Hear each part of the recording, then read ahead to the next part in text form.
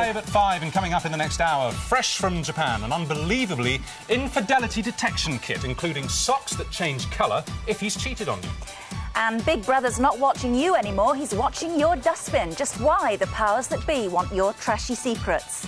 You'll know that she was a bad girl on the telly, but I bet you didn't know that Deborah Stevenson can do brilliant impressions. She's live. And the man who was Jesus Christ Superstar with his debut single, it'll make the hairs on the back of your neck stand up. And as ever, before 6, you could be thousands richer playing You Say, We Pay. To qualify, here's tonight's question.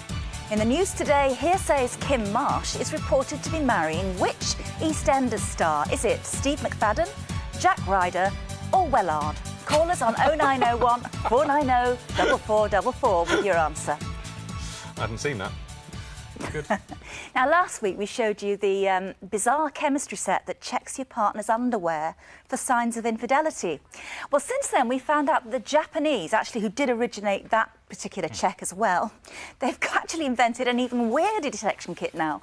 What suspicious Japanese women do is smear this cream on the inside of his shirt, without him knowing, of course. Then, if he has a shower while he's supposed to be in the office, the skin on his back blisters. Like this. Nice, eh? Yep, only in Japan.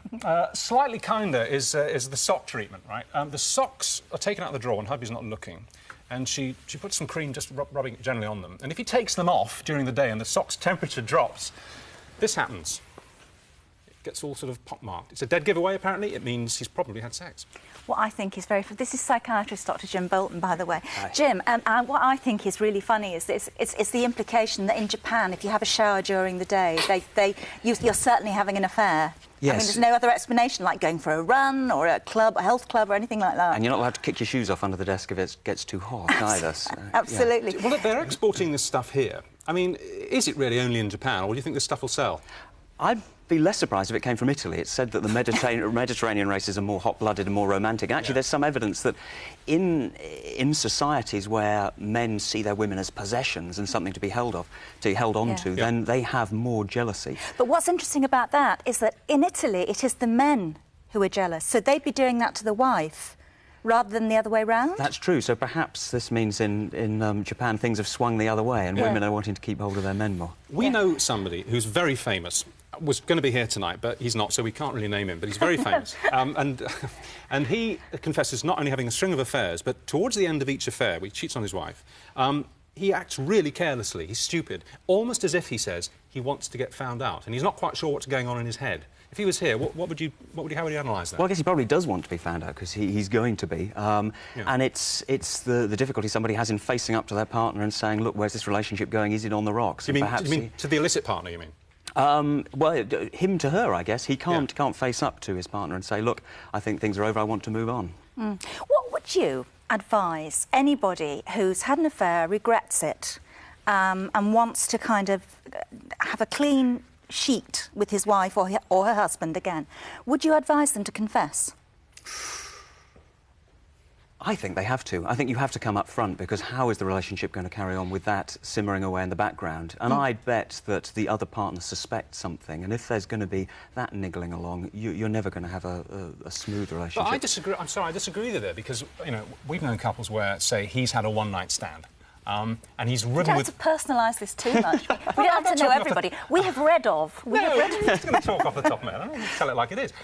Who's had an affair, one-night stand, has been riven with guilt, and then has felt that he has to unburden himself to his wife. And she has said, and I know 3 people where this has happened. In each case, the wife has said, I wished you hadn't told me. It was only a one-night stand. I would have much rather not known. Now, surely that's common sense, isn't it? I guess it's horses for courses, because it's really going to test the strength of the relationship. And a relationship that's under strain anyway, that might be the straw that breaks the camel's back. Because, you see, I think it's guilty when somebody does that. I think people are just offloading guilt and trying to make themselves feel better. They actually want their partner to say, oh, there, dear, it doesn't matter. They want absolution. And I think that's selfish. That's what I think, anyway. I'll tell you what, I think that, that these particular kind of tests, the one we had last week, which was the checkmate test, which also originated in Japan, and this now, the sort of nice cream that brings blisters onto his back, it's a kind of... It's very coarse, isn't it? I mean, it's kind of a sort of inbuilt revenge vendetta thing. It's not the kind of thing women would normally do. It's not, and it strikes me as though it's a step too far, that really, if you're resorting to this in terms of your relationship, then perhaps the thing is on the rocks anyway, and you need to take a step back and you need to be talking about things beforehand. I mean, when it gets to this stage as a psychiatrist, then we begin to worry. Yeah. I think paranoia isn't the word.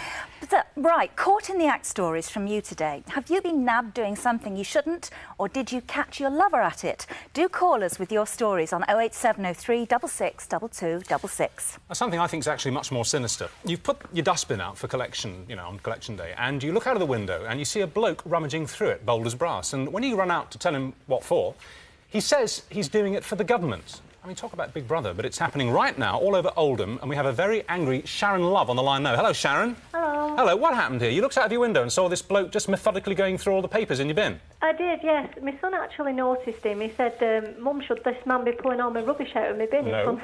And so I went out to question him, and I just said, you know, excuse me, what are you doing? And he said, we're doing a government survey. He said... they told us to go through Sharon Love's dustbins. He said, yeah, well, he said, he said, we're doing a council survey to see how much junk mail is being thrown away. Yeah. So I was very worried because they had no ID badges on.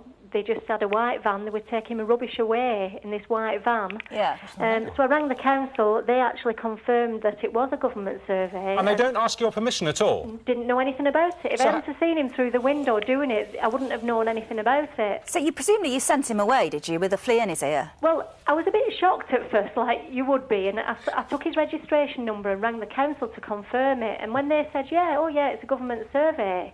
Yeah. Anyway, they said they got the.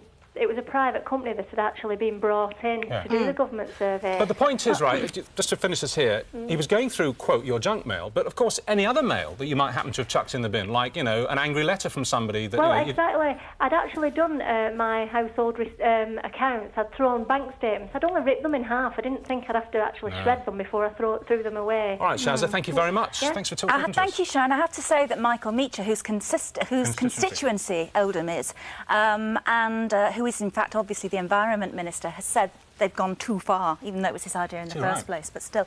But we have been looking into this today, and actually it does get a bit more sinister the more questions you ask. And with us now is Lynn Bateson. She's battling Bateson, the consumer champion from the Sunday Express. Hello, Lynn. Hello, thanks for coming along.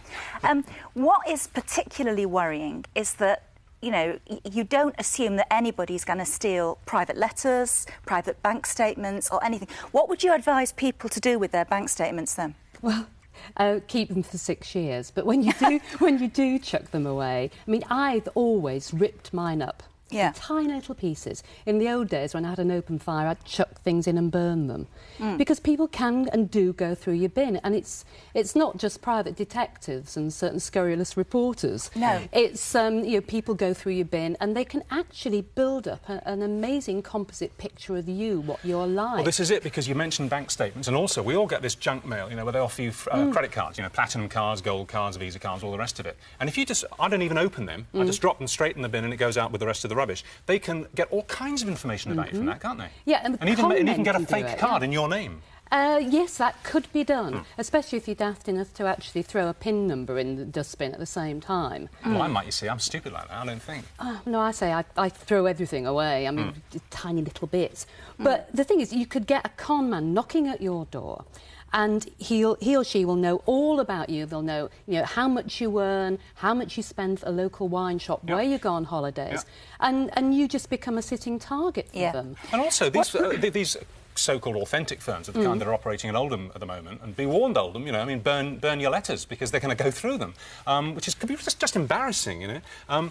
You know, you never know with some firms. I'm not implicating this particular firm, but other firms who do this on contract for the government, you get a rogue in there who's, you know, who's a villain, basically, and passes all this stuff on to the, you know, to the fence. Yeah. And you can also, can't you, if you're in a restaurant and you pay your bill by credit card, what happens to those credit card slips? Well, in theory, you should never actually let your credit card leave your site, but you can't do that. No, they take it away, and you can't make a scene in a restaurant, but you're at risk. And there's actually not much you can do about that, quite frankly. What, of them getting the number and using it elsewhere? I mean, what they're actually doing now, and it's absolutely horrifying, there are tiny little handheld devices that can fit into the palm of your hand and you can't see them. And within 1 minute, they're called skimmers, and within 1 minute they can clone your card. So it's taken away, they can clone your card, and then they go off and use it.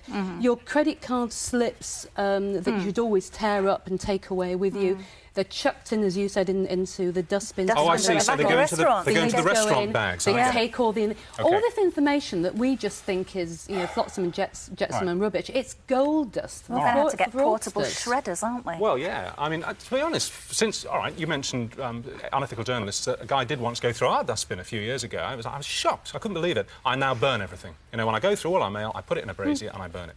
Anyway, thanks for coming in. If there's something like this going on in your area, do give us a ring and tell us all about it, and we'll try and scrape away some of the stories underneath. Right, Judy assures me that I snore. You snore. Well, I've never heard myself snore. I don't believe her. Matt Damon is exactly the same. He didn't believe Winona Ryder when she told him that he snored, but then his own snoring actually woke him up, so he believes it. So apparently he's seeing a hypnotist. Now, it's getting men to admit it that's the tricky bit. So here's what we're going to do. If you're being driven demented most nights by your bloke snoring, we've set up a hotline. Have we? It's open all through the night, and we'd like you to give us a call, tell us your first name, and hold the phone up right next to him in bed so that we can hear him. Here's the idea. We are indeed. It's a hotline. Right. Here's the idea. Hi, hello. It's me, Judy. It's 3:20 in the morning, and I haven't had a wink of sleep. Just listen to this. This is Richard. Oh, come on. You did this in rehearsal, right? No, did it last night. I'm sorry. Did it last night? Hands up, guys. Did she do this in rehearsal when I was out? Come on, all blokes together, please.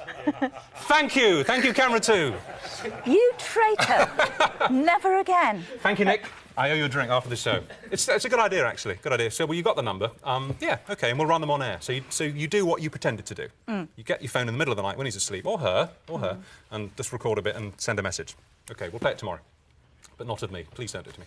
Now, blokes who flash at women aren't just a pathetic nuisance. They can be very frightening, so it's always great to hear when one of them gets exactly what's coming to him.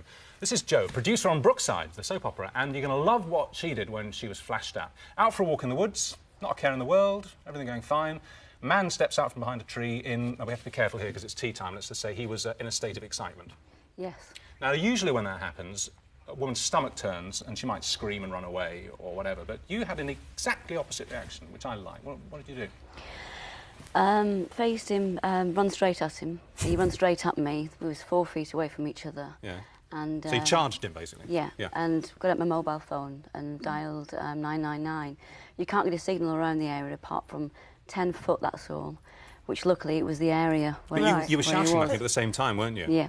Screaming for help. That's where it happened, yeah. There's a background to this, because a year ago, your mother, a man exposed himself to her in the park, at exactly the same place, actually. Same description. And she'd been very, very, very upset and shocked. She had a granddaughter with her. Yeah, right. And so that, in a sense, that's what fired your anger. Yes, that's correct. I always said that if he ever did it to me, I'd get him. Yeah. I was determined, and I did. Right, but it's a good job you did, considering what emerged later. Having called the police told you to drive home, didn't they? They told me to go straight home, yes. Yeah. I didn't. I chased him through the woods. Rang my friend who was the landlord from the pub and said, if you run out now, I'm losing sight of him. He's because it's in the middle of nowhere. I said, you'll get him. He was heading for that pub? I know the area very well. It's all, they had 1 or 2 directions to go to, the pub or the other way. And I went the other way then when I got to my car. Yeah. With their intention to actually run him over, which I said in court, which I would have done if I'd have caught him. I was so They would have angry. put you in prison if you'd done that. Exactly. Yeah. And he would have got away with it. Yeah. Anyway, they nabbed him at the pub, basically. They got him, yes. They got him. It turned out he was actually... I mean, I always have an image of these guys as being, sad gits, basically, in sort of tiny bed sits with a naked light bulb and the trains rattling at the end of the garden. He was a senior fire officer for the Manchester Fire Service. Yep. He was a big noise, this guy. That's him there. And it also turned out, because once they got him, they ran some DNA tests and run them through the records. He was a rapist. In fact, Judy, he raped a 14-year-old girl that we interviewed a few years ago. He'd actually raped quite a few times. Apparently over 20, and he also had previous convictions for curb crawling, which the fire brigade were well aware of. And the police told you that he had this kind of very nasty split personality, like Mr. Jekyll and Mr. Jekyll. Or was it Mr. Hyde and Mr. Hyde? Anyway, that he would go and flash and no more, and then he'd go and attack and rape. Yep. The thing is that the good thing about this story is because you actually got him arrested and you actually arrived at the pub in time to see him being arrested and you had a good shout at him, didn't you? I flew at him. I flew at him and tried to hit the guy. I was just so angry. Yeah. I jumped out of my car and it was still going. Yeah, and actually, because you did that, because your initial reaction was not fear but pure anger. Obviously, this guy, this very dangerous guy, was arrested and is now out of circulation. And I can understand that because once ages and ages and ages ago, I was attacked when I had my two little boys, only just toddlers, in a pushchair in broad daylight. And I had a very similar reaction. I just turned around and walloped him because it's amazing where that rage comes from and it gives you strength, doesn't it? Yeah, it does. Yeah. But Judy, although I was petrified, though, I really was. Yeah, it was a mixture of fear and anger, but just very quickly to finish this. You're both in a conundrum here because, I mean, you fought back and this guy ran off. You fought back and a rapist was caught, not just a flasher, but a rapist. But the police did say to you that you did the wrong thing, that you should have actually turned tail. What do you think? What would you say to women watching if it happens to them? Would you do it again? Yes, I would. Right. But I'm different, and I will tackle people. Yeah, but I would do it again. Judge the situation that you're in. Yeah. Well done you anyway. Excellent. Thank you. What's it like working on Brookside? No comments. I was just thinking your attacker is probably going to bed in about 20 minutes. Yeah, that's what I think as well about it. Joe, thanks very much. No Thank problem. you indeed. OK, see you. Coming up after the break, Bad Girls, Deborah Stevenson, and another chance to play our quiz for lots and lots of money.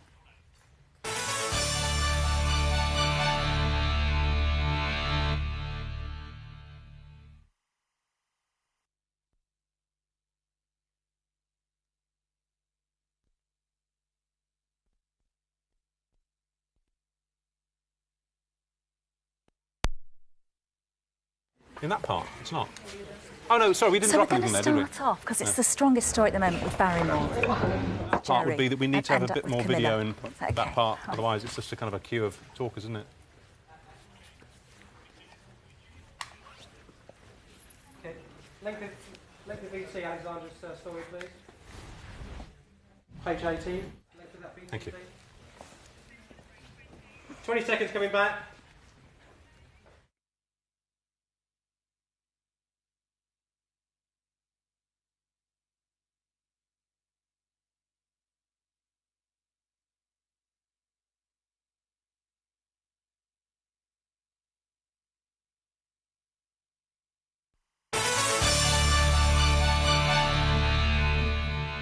Welcome back. There's still time to qualify to win thousands in our competition. We call it You Say, We Pay. Here's tonight's qualifier.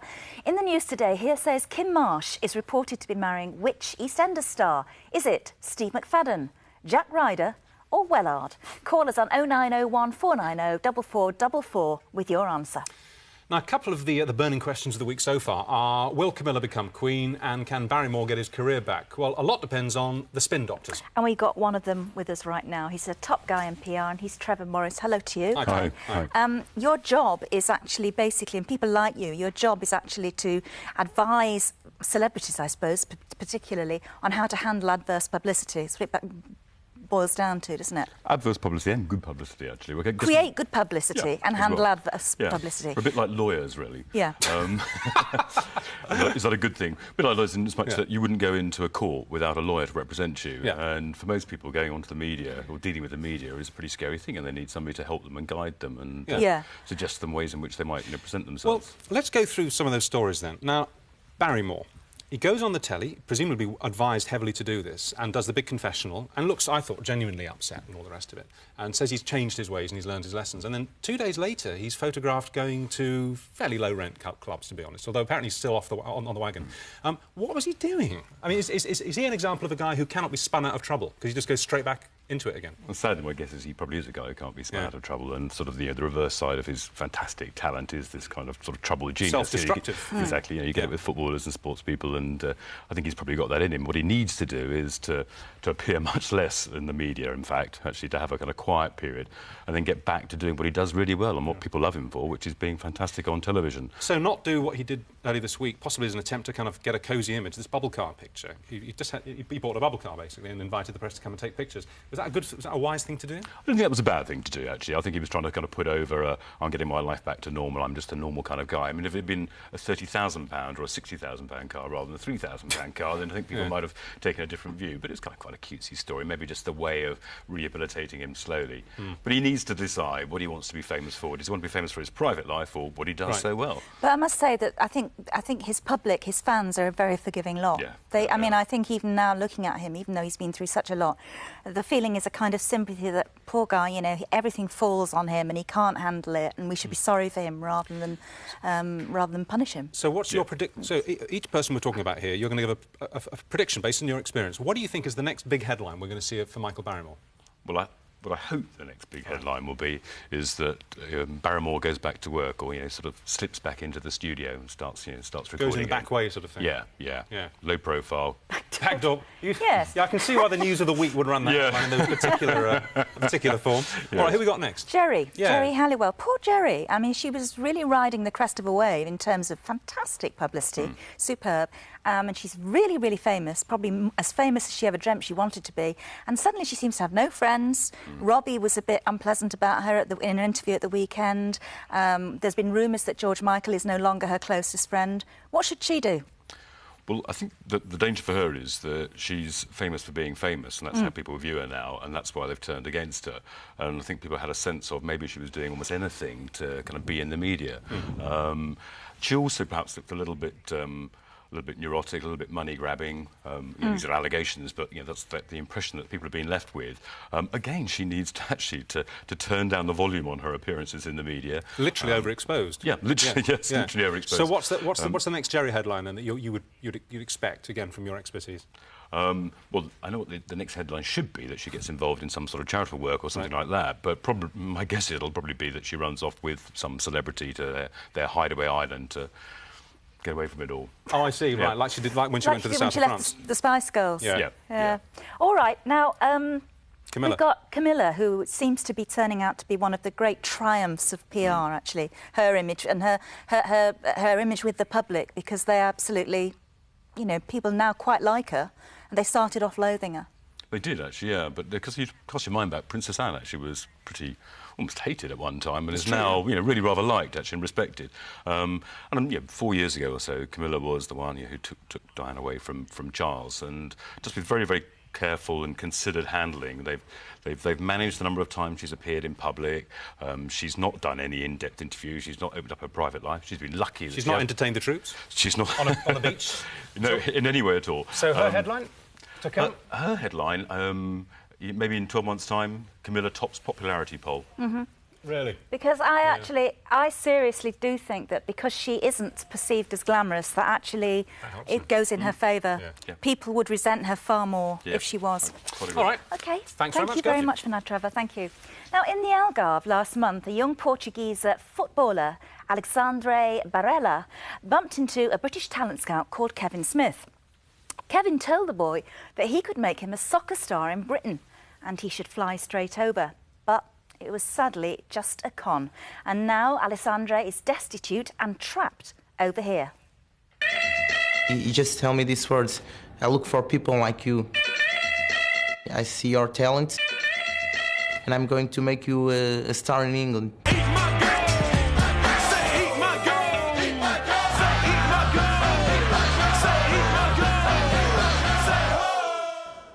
Alessandro spent all the money he had on a ticket to England so he could follow his lifelong dream.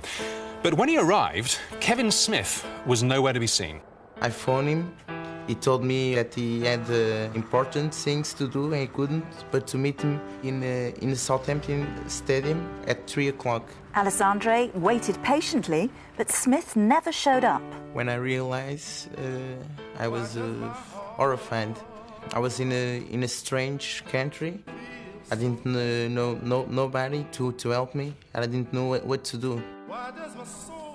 When I came to England, I spent all the money that I have. I don't have money to go back to Portugal, you know. Despite being on his own in a foreign country with little chance of making it as a pro, Alessandri is too proud to ask his family for the money to get back home. I miss him so much, but I suppose he had to follow his dream. So, what's next for Alessandri? I think one day, if I keep training and practice and a little faith, I think I can play in English football. What a really horrible thing for that bloke to do to him. What a stupid trick. Disgusting. We keep phoning him up because we've got his number, the guy who called the com. He just puts the phone down, but we're going to get some film of him. We will show it. Now, Alexander is coming in here tomorrow, live, to make a big decision because we've bought him his return tickets to Faro Airport in Portugal. But we also arranged a trial for 3rd Division leaders Peterborough. They're very interested, and that is not a hoax. So, would he take the plane, or would he get the train? Watch tomorrow to find out. The train to Peterborough? Well, I don't think you can get the train to Portugal. You kind of tend to go into the water. OK. Now, Shell Dockley from Bad Girls would need a lot more than a spin doctor to get her on the straight and narrow. Actress Deborah Stevenson's here in a second. But first, something you probably didn't know. Deborah is a budding Ronnie Ancona. We got a letter from a Mr. Dorking of Woking, who recently visited a dentist to have a tooth extracted. Oh, I wish I'd looked after me teeth and spotted the gum rot beneath. Now me teeth's black and brittle. I've got green-coloured spittle. Oh, I wish I'd looked after me teeth. Thank you. Surprise, surprise! Surprise, surprise! But that last bit was on Opportunity Knocks, wasn't it? Yes. Yeah, the first bit was Blue Peter. Oh, well, I wasn't watching. I was looking at your lovely set. Can you not Just watch my yourself? taste, actually. Do you like it? Yeah, it's Stay something if like you like. this. Walk off with it later on. Now, you have, actually. You've gone brunette. Yes, You were very blonde. I've gone back to... You can see I was naturally brunette and... That is your natural naturally. colour. Actually, I like it better on you. It's much more natural. Yeah, yeah. Well, it didn't help having roots painted in and... Why have you done that? Is it just, you know, you got fed up with it? Or are you making a statement like, you know, I'm not the girl I was in Bad Girls, give me different parts? Yeah, kind of. Yeah. But, I mean, I wanted to go back to being dark because I was having to have the roots done every 2 weeks in real life, having them painted back in, but I was having them done every 2 weeks. And it was in really bad condition. And I just thought, you know, and I do want to get away from being Shell because I need to play other parts. Just go back to those impressions. You actually, you got into showbiz because you gate crashed a Wombles concert and you wouldn't come off the stage. Gate crash. 2 years ago, apparently. Bit rock and roll. I was only 4. 2 years ago, yeah. No. What, you got on stage? Yeah, well, they invited children to go on stage and said, you know... Then they invited them to leave. But then they invited them to leave and I was lost up there. I just thought, yeah, this is amazing. And that was it. A star was born. You really are... You're a very good impressionist. And you sort of give me... Well, you are. I mean, weren't you doing spitting image voices when you were about 15? 16, yeah. You did Thatcher when you were 6? Yeah, she was the first person I ever did. And what was your payoff line from Margaret Thatcher and your thing? Something about hospitals? I'm giving my age away, but the first thing I used to say was, when I become Prime Minister. So it was quite a long time ago. I'm going to close another hospital. Yes, and that was, you're right, I say. Anyway, I'm going now because I have a new hospital to close. She's good, isn't she? What's your favourite impression? The one you like doing most? I think probably Shirley Bassey, because she's such a drama queen when she's on stage. You know, but I don't know about in real life, but certainly she really knows how to express herself. Now, this is going to be an unusual impersonation, because you said that you do a few more for us, and you'll do them as stars counting from 1 to 10. Yeah, all right. Because then it's easy. What, because they're under the anaesthetic or something? I didn't have to... All right, well, the anaesthetic's coming on. Shirley Bassey, you have 1 to 10, go. 1, 2, 3, 4, 5, 6, 7, 8, 9, 10, 11, 12. No, I didn't think that was going to work, but it does. Who else have we got? Hang on. Lorraine Kelly. Do Lorraine Kelly. 1, 2, 3, 4, 5, 6, 7, 8, 9, 10, 11, 12, 13, 14, 15, 16, 17, 18, 19. Pat, Dot and Sharon, EastEnders. In that order. Yeah, what any order? This is good. 1, 2, 3, 4, 5, 6, 7, 8, 9, 10, 11, 12. 4, 13, 14, 15, 16, 17, 18, 19, 20. 21, 22, 23, 24, 25, 26. Now, passionate. how come someone who can do impressions like that? We read. You had to. How can I phrase? Again, it's tea time. I've got to fake. You had to fake it. Do you remember in a scene from Hard? What was it? I've forgotten the prison thing. Bad Girls. Yeah. You see how I mixed it up there. You had to fake it in that scene from Bad Girls, and you said it was the most difficult scene you'd ever had to do because, like, Meg Ryan made it look easy, didn't she? Right, yes. yes. Why was it so hard? It's only actually... It's just embarrassing. Yes, it was just embarrassing. That's Right. exactly what it was. Because we had to do it for a wild track, which means that it's not actually on camera, that we can just hear it. So everyone was stood around, and we didn't actually have to do anything, which was, you know, one saving grace. But we just had to kind of look at each other so that we could get the timing of the oohs and ahs. And honestly, I was so red by the time Could you count to 10 in the... No, we won't have that. Better not. Not here. No, do you think do you think much of Ronnie Ancona? Do you think she's very good? And she's a friend of mine. She's a friend of yours? Yeah. And that's how we know each other. other, because we've both worked on radio doing impressions and done, you know, similar shows. Well, you're very talented. I hope to see you doing more of it, actually. Well, it's good fun, isn't it? It's always good for a laugh. And it's nice to have a guest on who's really funny and clever and hasn't got anything to plug. That's great. Thank you. So who's that then? Is he on after me? All right, see you again, Jim. Thanks for being here. Thank really you. Nice of you. All right, back in a sec with some fantastic stories of how you got caught out cheating, or how indeed you did the cheating and got caught out.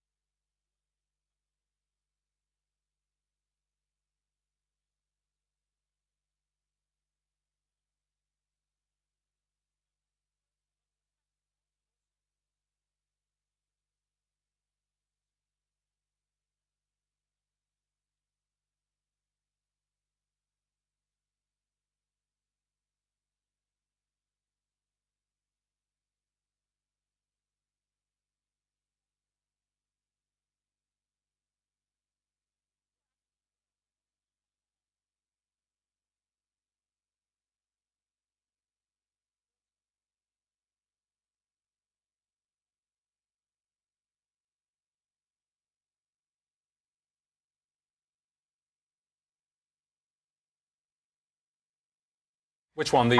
Is Richard on the floor, please? Sound. Yeah. It's just that I wonder if you could switch my talk back.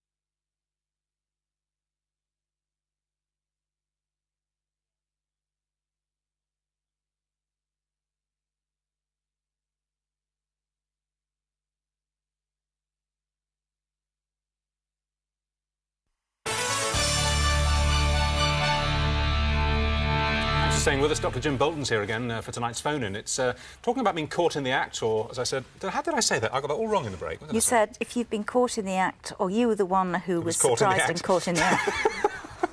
And it's only the first show. OK, we've got lots of calls. Are you ready for this? Yep. Let's go. We've got Tina calling us from Nottingham. And Tina, I think, of all the stories we've heard on the show tonight, this is the best, actually. So, go on, tell us all about it. It started where I was with my partner and we was running a pub. Right. He was very possessive of me. Yep. So if he was away or whatever, he'd come back and watch the CCTV. What, of you in the bar? Yes. What, in case you'd been flirting with customers? Yes. How long did it take him to do that? Oh, well... That's a watch for hours. Very suspect he was, so... So what happened where I'd been out on a night out, he was just going upstairs, you know, because we lived above the pub. And what happened where I thought, well, he's a bit late to be going upstairs, do you know what I mean? So I thought, right, then I'm going to look at CCTV, and then I actually caught him with one of our barmaids. What, snogging? Well, they were sort of kissing and touching her leg, and they were holding hands, and... So you... And he was actually in the pub doing this, downstairs? Yes, he was. That's taking a risk, isn't it? Because all your customers would have known that he was married and... Well, they did, but actually they'd all gone, you see. There was just him and... Oh, it was after locking up time? It was, yeah. So this geezer, right then, he's making your life a misery, spying on you, and you're having to say, I haven't done anything, but he's still looking, and then the first time you look at the tapes, he's at it. Yes, he was. Jeez. What does this say about... Now, does this say, then, about her husband? And so I suspect this about very suspicious people, that they're judging their partners by their own standards. They're basically saying, well, I like a bit on the side, so she must or he must. And that's human nature, that we always find our worst faults in other people. The people who complain about you picking your nose are always the ones you find rooting around when they've got a moment to spare. But to be a bit more serious, you can imagine, if you're feeling guilty about an affair, one of the easiest things to do is to say, it's not my problem, it's yours. I think you're the one that's having the affair, and put all the suspicion on her. Why would he do that? Why would he install CCTV when he knew that she could be watching any time and then carry on? He didn't think she'd watch. Because he was the one making all the accusations. Did you ever accuse him back? When he was looking at the CCTV, before you finally found out about him, did you ever say to him, well, actually, I think you're at it as well, or not? No, I didn't, because I'd got a daughter at the time to him, so I was obviously working and looking after her, so... Yeah. Do you think... OK, one more question before we go. Do you think that, actually, the reason, I'll ask you both this, that he was watching you on CTV was that he was hoping to get a kinky thrill out of seeing you snogging with a customer? Oh, you know, the can I watch syndrome? No? I don't think so. Tina, you're not together anymore, I presume? No, we're not. Good for you. I've caught him about 3 other times after that, so definitely not. OK, well, thanks a lot for calling. OK. Have a good evening. Cheers. Tina. Bye. Right, Adam from London is on the line next. Oh, God. Oh, no. I hate the... Adam, hello, tell us your story. Right, it's a story concerning a girlfriend I was with about 4 years ago. Yeah? Now, basically, I was led to believe that we had her parents' house for the whole afternoon and evening. Yes. So we had a shower, and then we were sort of running around the house, messing around, and we kind of finished up on the first floor landing. Now, we started sort of getting down to business, and about 5 minutes into it, I heard this sharp cough, and standing at the top of her stairs was her father with his briefcase and newspaper underarm. Oh, no! I know. Oh, what did you do? Well, this is it. He actually just turned around and walked straight back down the stairs and sat in the front room reading his paper. I know, and I ran in, I made a bolt for the bathroom, and my girlfriend made a bolt for her bedroom, and we stayed there for about 25 minutes, too scared to do anything. I'd have stayed there forever. For the rest of my life. I would have crawled under anything and hid for a long time. Well, let's cut to the Englishness of this scene. Was it ever discussed afterwards? Well, no, it wasn't. See, that is so British, isn't it? Don't you think? Yeah, that is very British. But there is a twist to the story as well. Oh, that was good enough. You can leave it there if you like. No, let's have the twist. Go on, let's have the twist. The twist is that she knew her father was coming home early from work. Oh, that's so pervy. So it wasn't bad luck, then? No. It was So look here, Dad, I'm growing up. But that's she wanted him to find you. It was exactly that, guys. You know, her way of showing her father, I'm not your little princess anymore. But that's a pretty extreme way of doing it. I know. Well, she could have told you. Our relationship finished quickly after that. I'm not surprised, mate. Ooh. What if she makes a habit of it? I know. All right. That's not normal. Well, Adam, actually, I'm sorry, Tina from Nottingham, yours wasn't the best story of the night. Adam's was so far. Thanks, Adam. All the best, mate. Thank you very much. Bye. Right, very quickly, Charlie from Hertfordshire. Hi, Charlie. Hi there. Hi, this is about your flatmate... Oh, I know this, about your flatmate's boyfriend. Well, it's pretty much my flatmate. I can't top Adam's story, I don't think. But All right. back at university, I'd been escorted home by a friend and her boyfriend, big night out. I was put to bed very kindly by them. Next morning, I was woken up by stones at the window. Look out, her boyfriend's out there, milk and paper, and I thought, stupid boy, he hasn't taken the keys. And I've got to go... Stop now. So, hang on. Your girlfriend's in her bedroom. Yeah. Your girlfriend. Yeah. Her current boyfriend is throwing stones at the window. Yeah. And you think they've slept the night together and he's gone out to get milk and papers but can't let himself back in. Yeah. Go on. I have to go to work waitressing, so I'm just about to leave the house. I dash past him on the stairs, having let him in, and realise there's lots of kind of bedroom activity going on. Big student house, could have been a lot of possibilities, but nearing her door, it was certain to both of us that something was going on inside. Didn't make sense. He was outside, etc.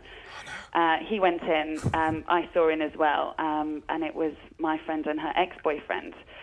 Both of us completely confused. I have to dash off to work, being late. Bye. He shuts the door. I'll leave you to sort it out. Yeah, we'll be fine. And they hadn't even noticed, so I had to actually be brave and phone up from work a couple of hours later and tell my friend that I'd actually let her boyfriend in to see the site. Well, you didn't know. No, of course I didn't. I was the innocent party, but I could have been a bit more Before we bring the shrink in on this, did they get over it? Very quickly. Really? I mean, so there was no guilt on my behalf because it was sort of reconciled very smoothly. Why is it some couples can handle that? You know, just, oh, I'm sorry, all right, love, never again, fine. Some can. I guess it's how strong the relationship is beforehand. I'm struck by that. I'd just be torn between whether I want to be a fly on the wall over the next 5 minutes or whether I want to run a million miles from what's going to happen next. Oh, I'd run. I'd run. I'd be off. Even if it was a Sunday, I'd say I was going to work. The thing is that they do, Charlie, they do blame the messenger, don't they? Yeah. Yeah. It's always your fault. I mean, if I hadn't woke up and hadn't answered the door, etc., it would have been a complete secret forever, but I suppose it's something they've built on. Yeah. All right, well, thank you. That's a good story. Thank you for all Cheers. your disclosures and Thank you for being here. revelations. Thank you, Jim. Thank you very much indeed. Coming up, we have your chance to win thousands in our cash competition. You say, we pay. And the guy who became a superstar playing Jesus Christ with a stunning record debut.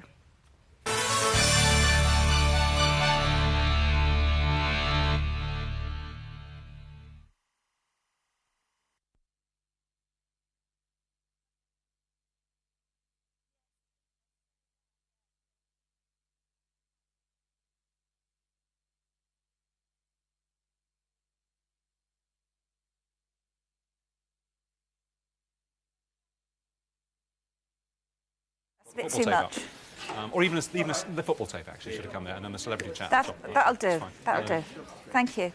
What it is also I've noticed, this must be just this system.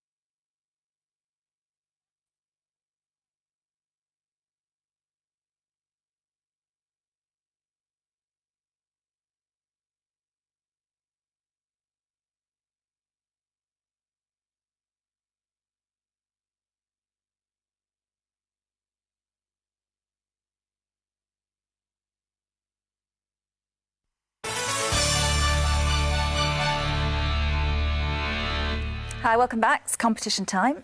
Very well done to Nicola Ranger. Hello, Nicola. Who knew that Hearsay's Kim Marsh is reported to be marrying EastEnders Jack Ryder, not Wellard, sadly. Hi, Nicola. Hello. Hello. Do you know the rules about all of this? I think so, yes. Well, all right, just in case someone's watching, very quickly, in You Say We Pay, pictures and words come up behind us for 1 minute, and you have to describe them to us without using the actual word. If you use the word, you don't get the money, OK? OK. OK, but otherwise you get £1,000 a pop, all right? Right. Lots and lots of luck, Nicola, and your 60 seconds starts here. Go. Go, come on. OK, drawing on a body. What? Tattoo. Done with a needle. Tattoo. Actor. Indecent proposal. Robert Redford. Oh, actor. Yeah. Food, comes in a tin, very cheap. Baked beans. Yes. Yes! 3 on the trot. Flying thing. What? Thing that flies, propeller on top. Plane. Aeroplane. Helicopter. Helicopter. Actress.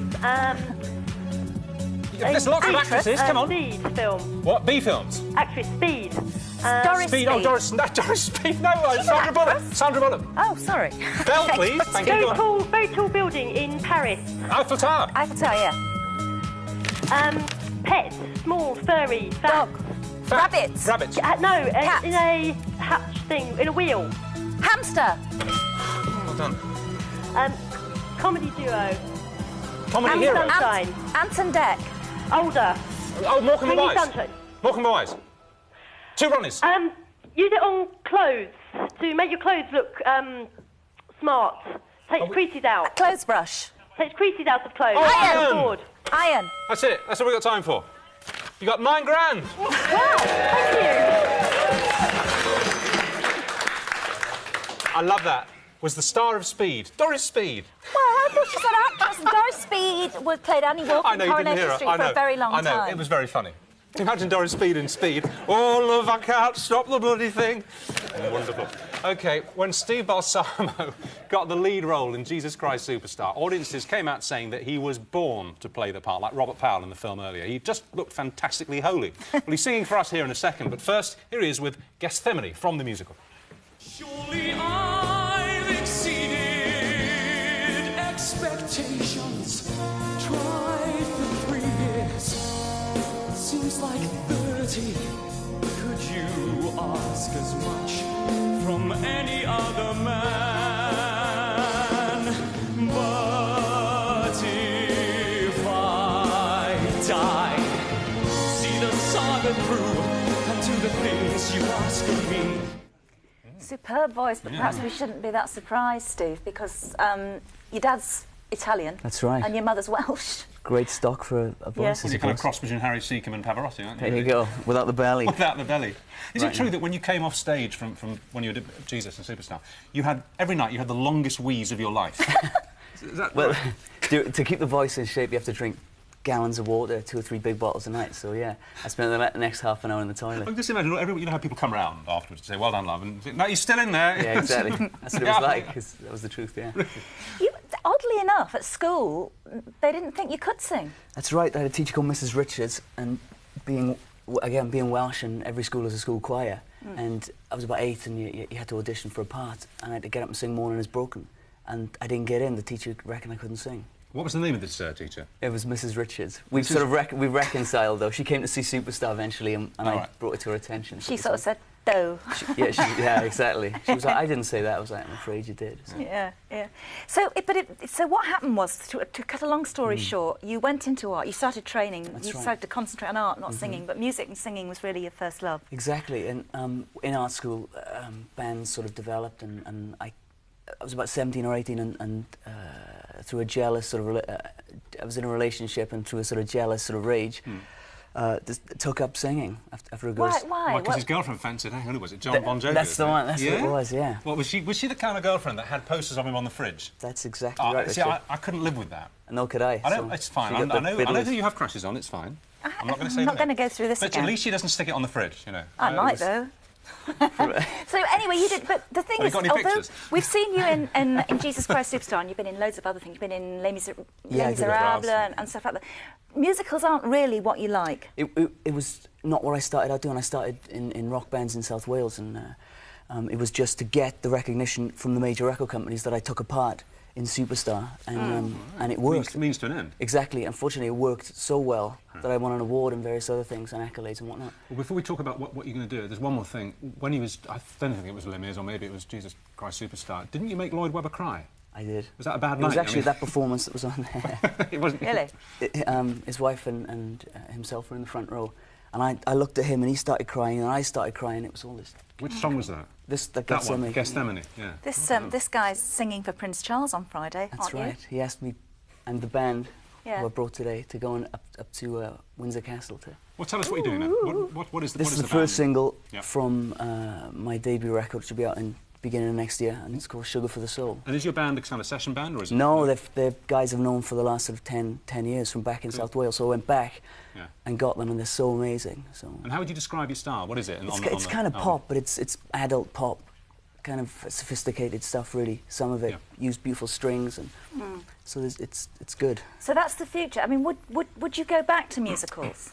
I don't plan to, Judy, but you can never say never. Really, I'm just trying to be here right now and just enjoy what I'm doing. But this is the thing I've focused on for the last 10 years. The other thing was a means to an end. Hard life working in musicals. It is. I mean, it's quite thankless, really. Yeah. There's much more money in this if you get it right. Yeah. Not that it's about money. No.